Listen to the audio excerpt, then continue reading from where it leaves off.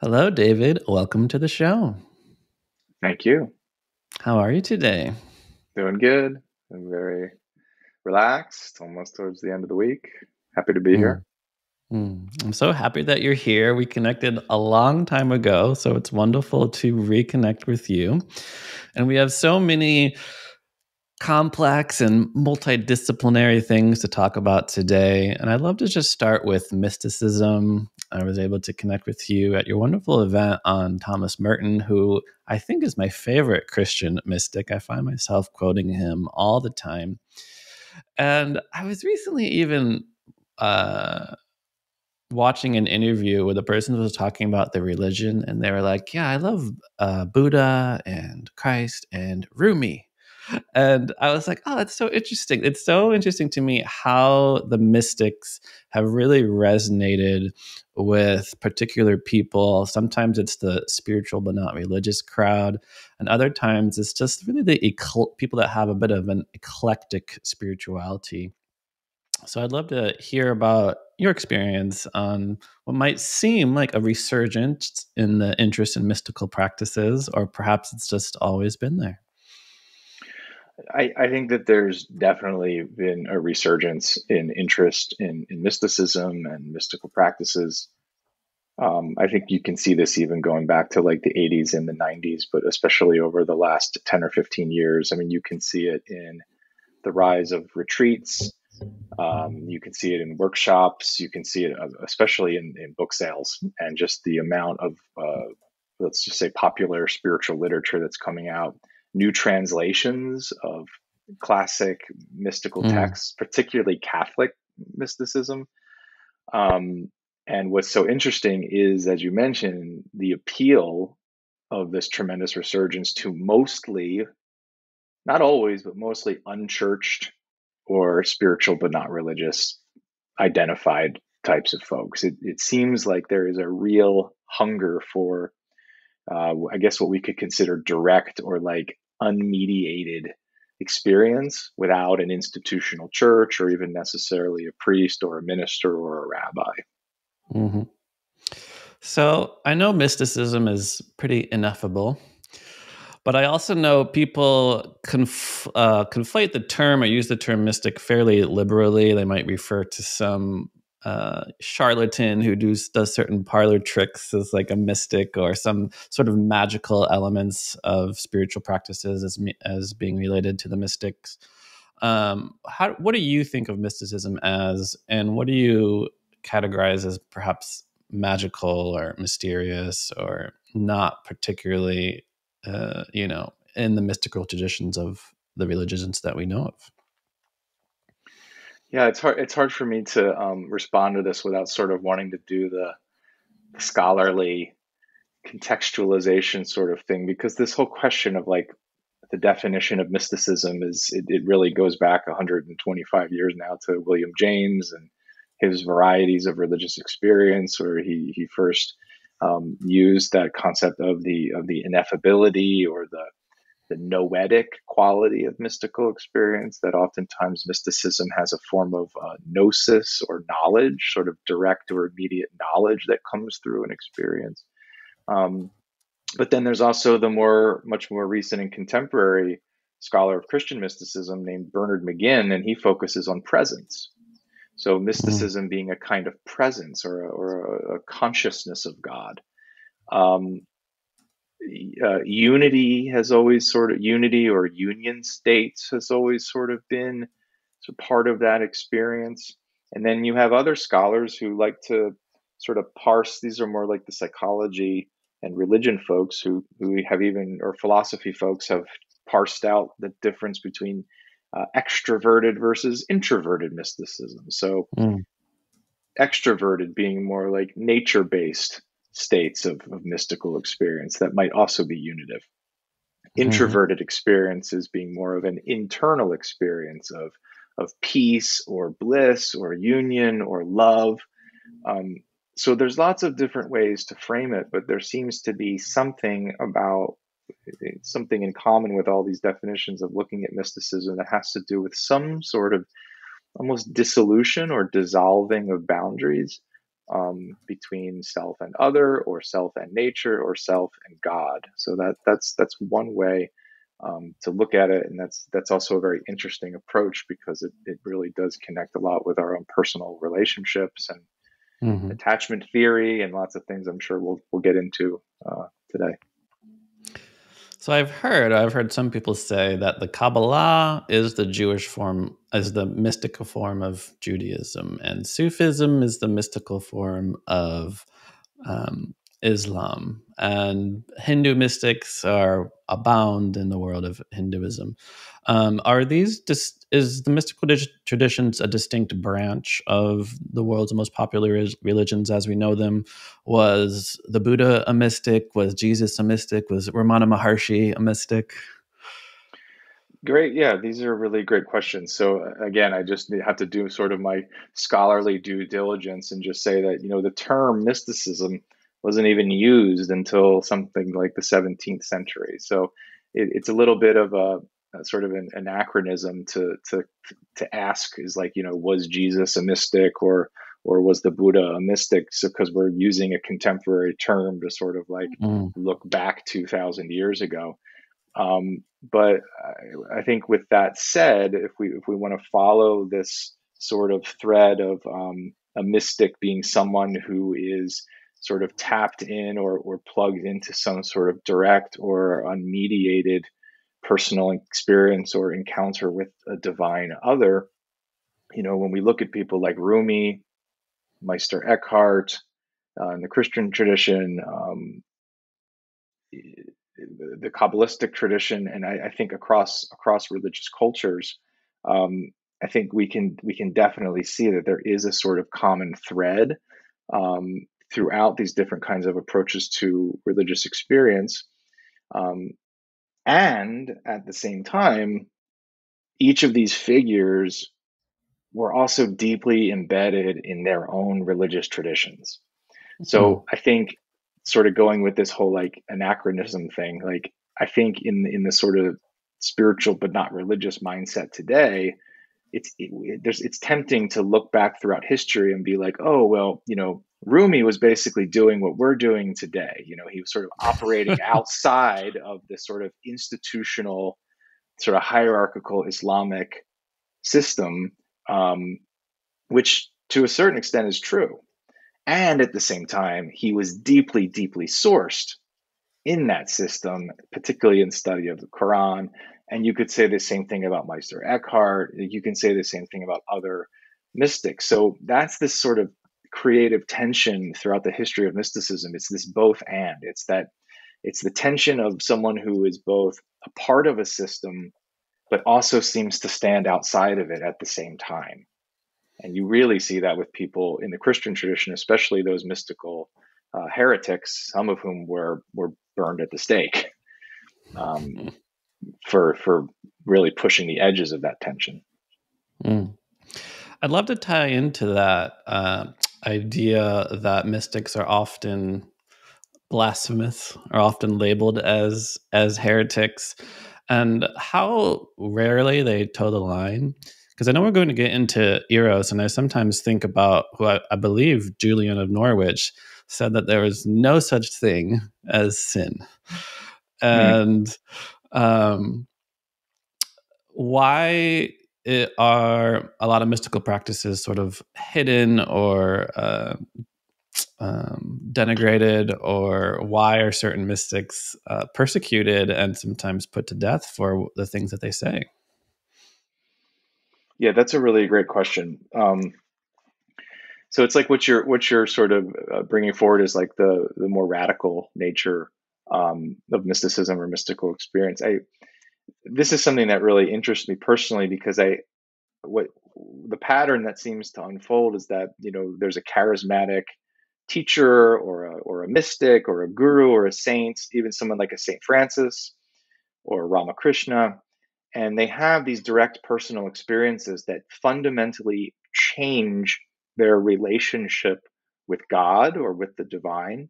And then that sort of, it's like a sort of like a second conversion or experience, which then oftentimes puts them at odds with the more dominant institutional paradigm in which they are oftentimes a part of. So the focus is on the something happens with this direct encounter, whether it's St. Francis hearing the gospel, go sell all you have and come follow me, and taking it literally, and selling his possessions and walking around naked, and just really being basically a radical, almost like yogi renunciate kind of figure. Um, it's something about the tension between the lived experience of a dynamic God and oftentimes the human impulse to want to control and constrain that God within a sort of institutional or doctrinal paradigm. So that's sort of the tension, and depending on how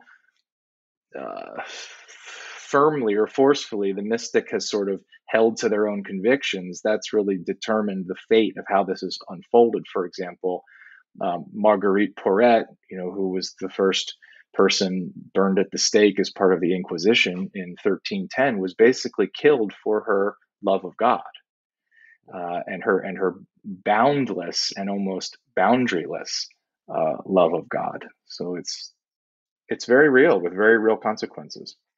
Mm-hmm. Mm-hmm. So let's get a little bit into this idea of eros, because I do think a lot of people look at most of the Western traditions, Judaism, Christianity, Islam, as being extremely sex negative, including sexual repression, castigating pleasure as sin, putting women as second class. Many ideas we're all familiar with. But you write that eros is central to the mystical traditions of all of these religions. So tell us about that. Yeah, I think there's a very real centrality of eros, particularly in the Western Abrahamic traditions. And a lot of this has to do with the biblical book of the Song of Songs. So the Song of Songs being this erotic, nuptial poetry um, between basically the bride and the bridegroom, and this sort of dialogue and call of response to the beloved. Um, and the Hebrew tradition being central to both Islamic and Christian traditions, um, this type of erotic mysticism becomes, at least in the Christian tradition, the most commented upon book of the Bible among Christian mystics. If we look at eros as a binding principle, eros is something that attracts, it's something that draws, it's something that dissolves, it's something that unifies. I think it makes sense that the erotic would become such a central or a core uh, experience within the mystical tradition. Obviously, very different, as you mentioned, than what most people experience growing up in many of these traditions today. Absolutely. And real quick, how are you defining or thinking of eros? And I'm pretty sure you're a Jungian, right? Going to CIIS, because he had this idea of eros and logos. Is this the same? That's a yeah. So it's good to make that distinction. I think the Jungian tradition tends to make this polarity between logos, or more of a thinking function, versus eros, or more of a feeling function.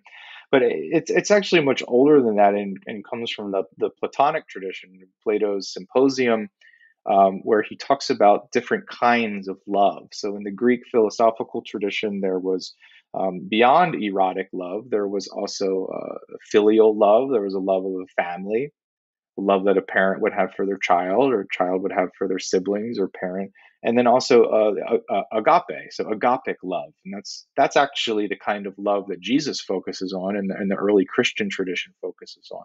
Agapic love is more of this sort of open, spacious, sort of unconditional friendship kind of aspect, very communal. And so eros is very different than those other two types of love. Mm-hmm. So three of the types: filial, agape, and then eros would be the third. Yeah. Nice.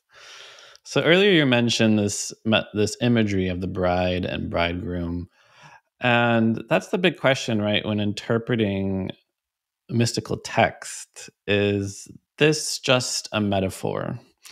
right? Are Rumi's poems about God, or are they about my girlfriend? And some of the translators, like Ladinsky and Barks, Coleman Barks, have received a lot of criticism for removing the more religious aspects from their writings. Like maybe they translate God to mean divine, or I don't know, celibacy to mean something else. And then that allows somebody to interpret this to mean, oh, just the romantic love I feel for somebody. So, is this an erasure, or has this always been part of it? Well, if you look back to the Song of Songs, and if we want to take it literally, which I think it was originally intended to be, it really is. It's very human. I mean, it is human erotic connection.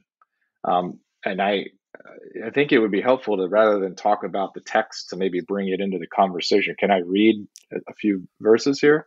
Absolutely. Okay, so this is the very famous and commented upon first verse of the Song of Songs. And this is spoken from the perspective of the bride. Let him kiss me with the kisses of his mouth, for your love is better than wine. Your anointing oils are fragrant. Your name is perfume poured out. Therefore, the maidens love you. Draw me after you. Let us make haste. The king has brought me into his chambers. We will exult and rejoice in you. And then this is the chapter 3. Upon my bed at night, I sought him whom my soul loves. I sought him, but found him not. I called him, but he gave no answer. So it's pretty clear that this is a human person longing for their human beloved partner. So it's very earthy, it's very incarnational. What the early church and mystical traditions did was they allegorized it. But in its initial context, in the Hebrew tradition, it is very much about a human man and male identified and female identified persons who are longing for union with one another. Mm. I love those words. We can put that in my next little love letter to my wife. Your love is better than wine. Upon my bed at night, I sought him whom my soul loves. It's such rich imagery, and I think that's an enduring quality of mystical writing. Seemed to me its timelessness, and how Rumi is the most cited poet in modern times. But even Saint John of the Cross's writings are really beautiful and inspirational. Um, where do you think that just deep imagery, the creativity, the inspiration comes from? Well, I think that's when a Jungian perspective is really helpful, because if we have to remember that in the Greek tradition, Eros was a god. I mean, Eros was a divine figure that people would have altars and pay homage to. So Eros is archetypal. Eros is an archetypal force that can explode our lives. I mean, it is a playing with fire, and Eros has a bright side and it has a dark side, and it's in many ways, for a lot of us, it's a complex. We have a complex relationship with Eros, because it's so powerful and can be so powerful and has the ability to dissolve and to penetrate, which can create a very ambivalent relationship with it, because it's such an intense energy. So it makes sense to me that Eros itself would become sort of a dominant mode of expression for relationship with the divine. I love what you read. Do you have anything else you feel called to read? I do. You mentioned John of the Cross, so I brought some John of the Cross here. This is one of his most famous poems. This is from the 16th century. It's called O Living Flame of Love. O living flame of love, how tenderly you wound my soul in her profoundest core. You are no longer shy. Do it now, I ask you. Break the membrane of our sweet union. O soothing cautery, O wound that is a joy, O gentle hand, O delicate touch. tasting of eternity, repaying every debt. In killing, you turn my death to life. Wow. Each line just brings up such incredible imagery. Break the membrane of our sweet union. Gentle hand, delicate touch. It's very romantic. Oh, this is the pinnacle of Spanish mystical poetry with someone like John of the Cross. So we've talked about the eros, we've talked about the mysticism. Let's talk about this wound of love, because I noticed John of the Cross uses this imagery there too, a wound that is a joy. So what is this wound of love you speak of? So this is a theme that really takes off, particularly in the 12th century. Now you have to keep in mind in 12th century Europe, this was the time of the Crusades, of courtly romance, of a very knightly kind of knight in armor kind of culture.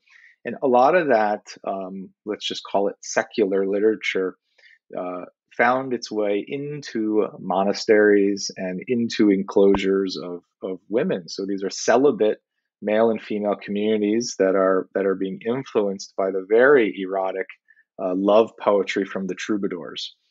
So those themes end up being sort of appropriated into a monastic Mm. celibate culture, and it's no surprise that the 12th century probably gave birth to one of the largest, longest commentaries on the Song of Songs tradition. So both monks and later nuns and Teresa of Avila, very, very, very celebrated commentaries on the Song of Songs.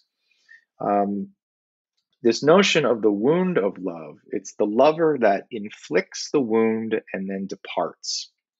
So it's a very interesting and very psychological sort of connection here between a God who loves and leaves. Now, John of the Cross treats this as something that is to be desired because it inflicts a wound that then leads to this increased longing for satisfaction or satiation from the beloved. But we can also look at that from a psychological perspective, and for folks that might struggle more with a romantic infatuation or more of the shadow side of romantic projection or romantic longing, this can actually have quite a sort of addictive or impulsive kind of aspect or quality as well. So a lover that inflicts the wound and departs, which points to an increased longing for the beloved. And since we're talking about St. John on the Cross, I'm curious if there is any connection between how you are using the term wound of love with other ideas you might know of, such as the dark night of the soul, such as perhaps the cloud of unknowing, and how unknowing is often kind of described as a certain kind of darkness. Or these are Christian mystic traditions, so is it connected to the wounds of Christ himself? The Beautiful. stigmata, right, is the term? Yeah, yeah, yeah, that's beautiful. So, a wound is a form of trauma, and trauma is a kind of an opening, right? Mm. If you think about something like physical trauma or a blunt force trauma, a lot of us tend to think about emotional or sexual trauma, but a physical trauma to the body is an actual wound or an opening. So a God who wounds somehow opens. There's the potential or there's the possibility Opens for him. you. Opens the individual, opens the practitioner, opens the individual. So if another biblical theme is about hardening the heart, so the opposite of having a hardened heart is to have a heart that is open or soft or supple. And in the mystical, the Christian mystical tradition, the way that the practitioner gets worked on by God is this type of wounding and abandoning, uh, penetration, opening, and then the closing. Okay, so there's this constant dance. It's almost like a hide and seek with God, and that's the kind of language that you see in John of the Cross's poetry, particularly in his Dark Night of the Soul. Um, in the Cloud of Unknowing, it's a little bit different. Mm. And if I can read this. This is actually a poetic rendition of the Cloud of Unknowing, called "The Cloud of Unknowing Distilled," that a good friend of mine did. His name's Daniel London. So this is chapter 3. You need to practice letting go of everything except your patient love for God. As you let go and love God, you will discover a darkness. Do not be afraid. This darkness is the cloud of unknowing. So the idea in the cloud literature is that you let go of your anxieties, you let go of your cares, you let go even of your images and your concepts of God, and you approach God through a cloud of unknowing, the only way of which that you can enter into is through love. And this is chapter 4. Listen to this miraculous secret. Although God will never be grasped through knowledge, God can be embraced through love. So there's something about this.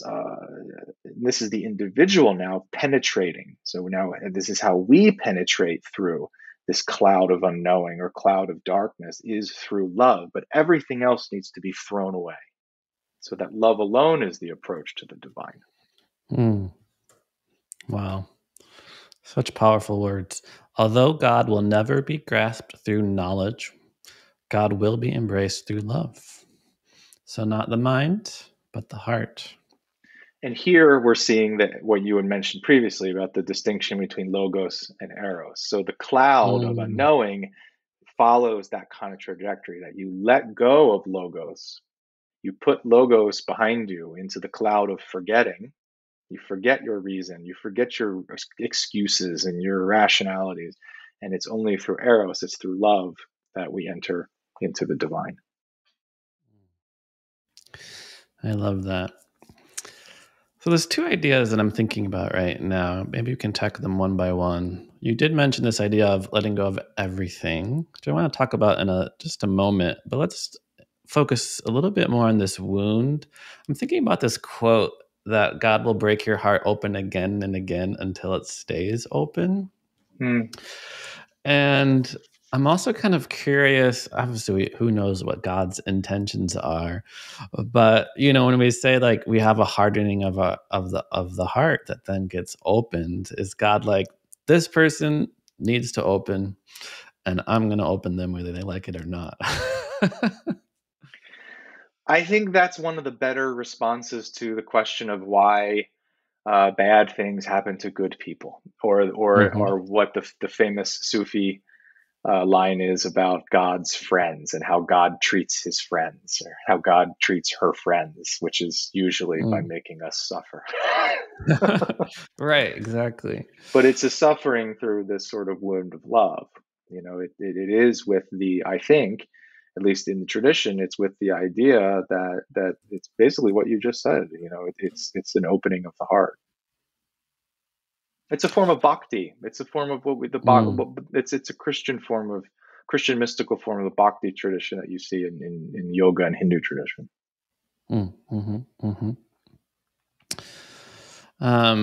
Because I have heard, you've probably heard God never sends you more than you can handle.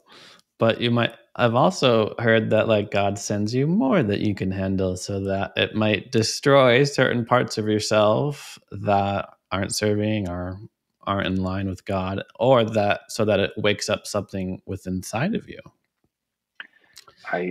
That has been my experience. That's all I can say. Well, because the interesting thing about many of the mystics, not only did many of them suffer for their beliefs, whether it was like torture, imprisonment, and execution, but many went through their own dark night, went through their own path of suffering. I don't know if it's Avila or Norwich that had a bunch of near-death experiences, that went through their own path of darkness to the light. Yeah, Teresa of Avila, she struggled with illnesses, physical illnesses, migraines. Maybe we could say a certain type of even mental illness, maybe, from childhood.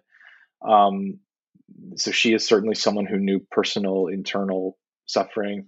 Julian of Norwich the 14th century English mystic, she prayed to receive these three different wounds. I mean, and she basically had a near-death experience that then cracked her open to this absolute infinite love of God. And you mentioned earlier her very unique theology of sin. Her famous line is that sin is behoovely. Sin is behoovely in the Middle English, which is that it's almost sin is fitting or actually necessary. That sin is actually something that is from a God's eye perspective, it's actually something that's necessary. That very similar to what you were just saying, is something that actually brings us closer to God. But ultimately, in the Mhm. grand scheme of things, sin is not what we tend to think of it as. It's actually part of this larger plan that brings us into this more cosmic vision of the divine. It's not about self-punishment. It's not about guilt. It's actually ultimately about God, because in her vision, all things are already well, and all manner of things shall be well, and all things will be well. I love that. And let's talk about this idea of letting go of everything except our patient love of God. Because what I'm almost hearing from you is that because the mind uh, will not take us there, because knowledge cannot take us there, we should discard that. Discard the thoughts, the beliefs, the cares, the concepts, as you mentioned. And I'm wondering if this taps into this idea of self annihilation or ego annihilation, that we are essentially even letting go of who we think we are. Yes. So let me again. I think I like to keep bringing the texts in here because I think it helps us really access the tradition. So this is from chapter 5 of the Cloud of Unknowing. This is about the cloud of forgetting. In Mm, order to penetrate the cloud of unknowing through love, you need to throw everything else behind another cloud, the cloud of forgetting. And by everything, I mean everything. All your thoughts, images, and ideas, even the most holy and beautiful thoughts you could ever think. Do not even think about Christ or Mary or saints and angels. You're still in your head, and God's not there. God is waiting to meet you in your heart. So we could expand that, and I think we could also include yourself, or your images of yourself, or your hopes for yourself, or your wishes for yourself. Because if you want to make God laugh, tell God your plans, right? And Jung's famous quote about God, or his famous definition of God, is that for Jung, God was anything that disrupts what he thinks is his purpose and his plan and his basically his nice, simple structure for his day, or the things that he wanted to accomplish. Anything that disrupts that out of the ordinary, pulls the rug out from underneath us. For Jung, that was God. That's a very different notion of a kind of a trickster figure than I think many of us might be comfortable with. wow. Even the most holy and beautiful thoughts you have ever thought, you're still in your head, and God is not there. I feel like I want to say that to the next, like, I don't know, debate, like Christian debate or something that's happening. You guys are talking a lot in your heads. God's not there, only through the love in your heart. But if I can, let me respond to this other piece because I feel like we keep circling around this. And I mentioned Marguerite Porete, who was loosely people consider her part of the Beguine movement, the Beguines, Beguine. The Beguines were a very interesting, loosely affiliated group of men and women in the 12th and 13th century and beyond, who produced some of the most extraordinary female mystics of the Middle Ages. And there's a focus in several of these female mystics, and Marguerite Porete is one. Another is Hadvich of Antwerp, Mechthild of Magdeburg. There's an emphasis in each of these women's writings on the notion of the abyss, and entering into this abyss or darkness in which all of the loving are lost. So, we, the loving, become lost in this abyss of love that is ultimately the divine. So this is to your point. There is something very, very deep, particularly in the tradition of the Beguines, where it is about losing oneself. It's about losing oneself in the divine.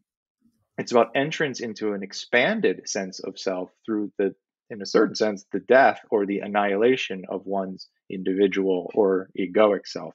And this is what Marguerite Porete eventually led to her unfortunate, I mean, talk about trauma, her basically her execution by being burned at the stake, incinerated, because she would not renounce the love that she felt for her and God, and that she was unwilling to put a priest or a church or any sort of mediator between herself and her God.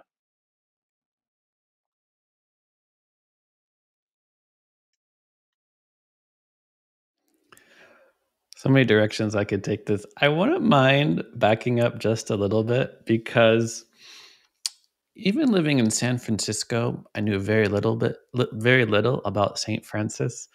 And I feel like I've had to do a lot of my own sort of research into all of these things you have discovering. And we went to a school, which is, I don't know if you want to call it alternative, but definitely not in the Ivy Leagues or something like that, in order to discover these topics. And let's say I'm a total newbie and I want to get into some of this erotic poetry, some of these sacred mystical texts. And part of it just reminds me of it, because a lot of times I even just have to relearn how to pronounce it. And I'm like, you never heard of Mechthild of Magdeburg? And people are like, I don't even know what words you're saying right now. So, so do you have like a top three, top five? Maybe Merton too is in there, but like sort of beginners works of to kind of dip one's toe in this kind of understanding. Sure, yeah. There's a number of because of the explosion of interest in mystical traditions from across all different religions. There's been a really explosion of these types of like anthologies of mystical literature.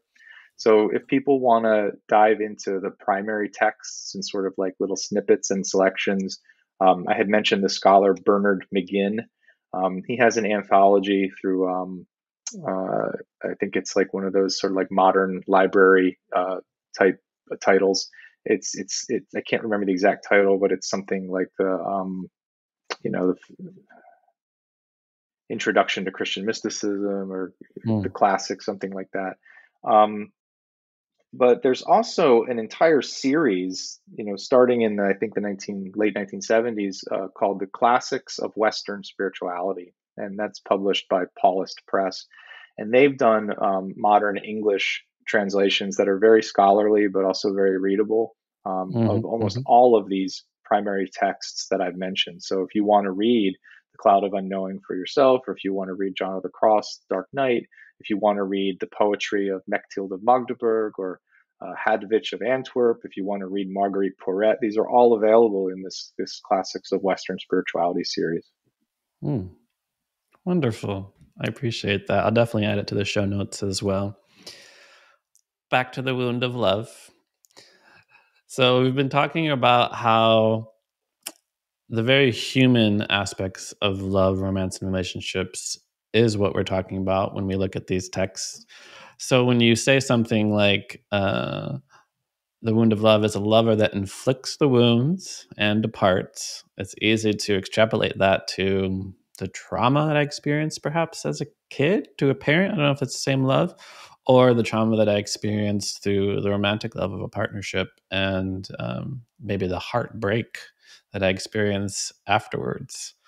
So, what's that connection between the divine wound of love and the wounds that I experience in relationships? Yeah. I think it's important to keep in mind that these are human persons and human bodies that are having these more than human love affairs with God.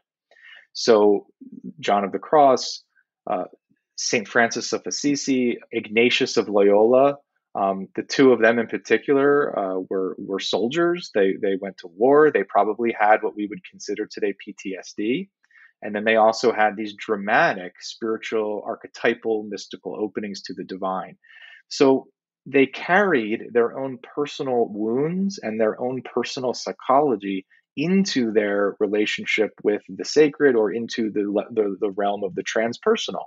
So I think it's immensely important and rich to keep in mind to keep this lens of a sort of, and not to be reductive, not to be sort of a Freudian perspective that's saying, well, everything is just illusion, or everything is just your trauma, or everything is just about your parents.